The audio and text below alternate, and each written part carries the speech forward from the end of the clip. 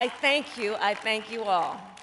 Look, I am so proud of the race we ran and the way we ran it.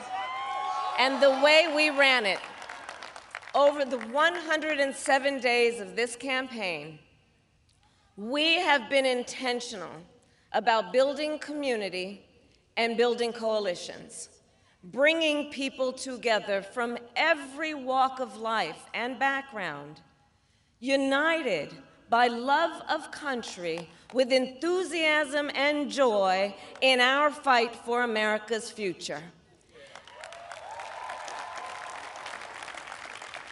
And we did it with the knowledge that we all have so much more in common than what separates us.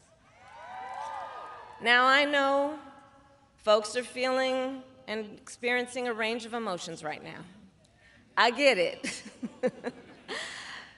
But we must accept the results of this election. Earlier today, I spoke with President-elect Trump and congratulated him on his victory.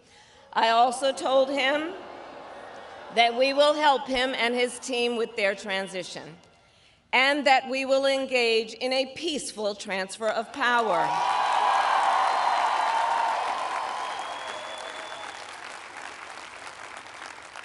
A fundamental principle of American democracy is that when we lose an election, we accept the results. That principle, as much as any other, distinguishes democracy from monarchy or tyranny.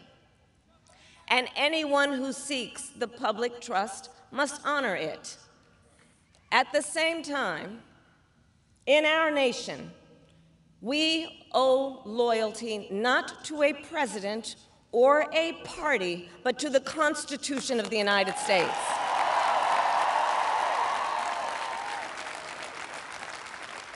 And loyalty to our conscience and to our God. My allegiance to all three is why I am here to say, while I concede this election, I do not concede the fight that fueled this campaign.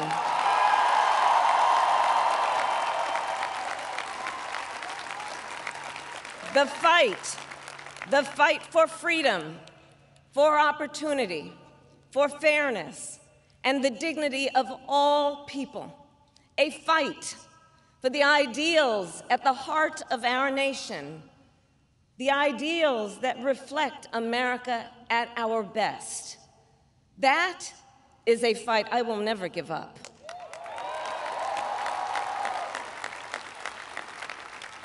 I will never give up the fight for a future where Americans can pursue their dreams, ambitions, and aspirations, where the women of America have the freedom to make decisions about their own body and not have their government telling them what to do.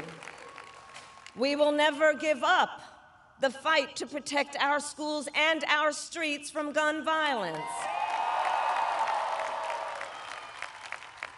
And America, we will never give up the fight for our democracy, for the rule of law, for equal justice, and for the sacred idea that every one of us, no matter who we are or where we start out, has certain fundamental rights and freedoms that must be respected and upheld.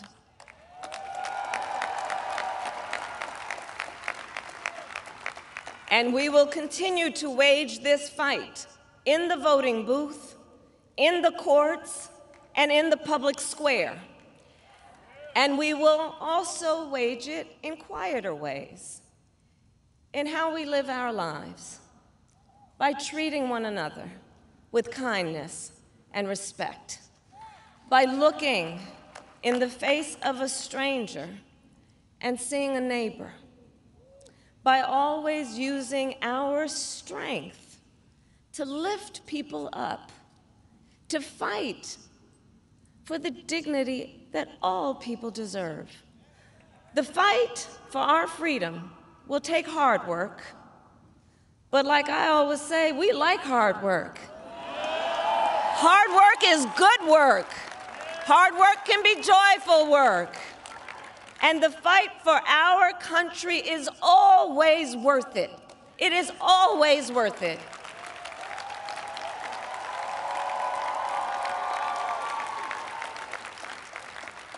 To the young people who are watching, it is, I love you.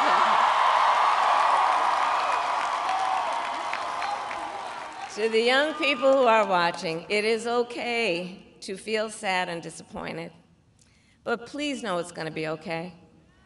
On the campaign, I would often say, when we fight, we win. But here's the thing. Sometimes the fight takes a while. That doesn't mean we won't win. That doesn't mean we won't win. The important thing is don't ever give up. Don't ever give up. Don't ever stop trying to make the world a better place. You have power. You have power. And don't you ever listen when anyone tells you something is impossible.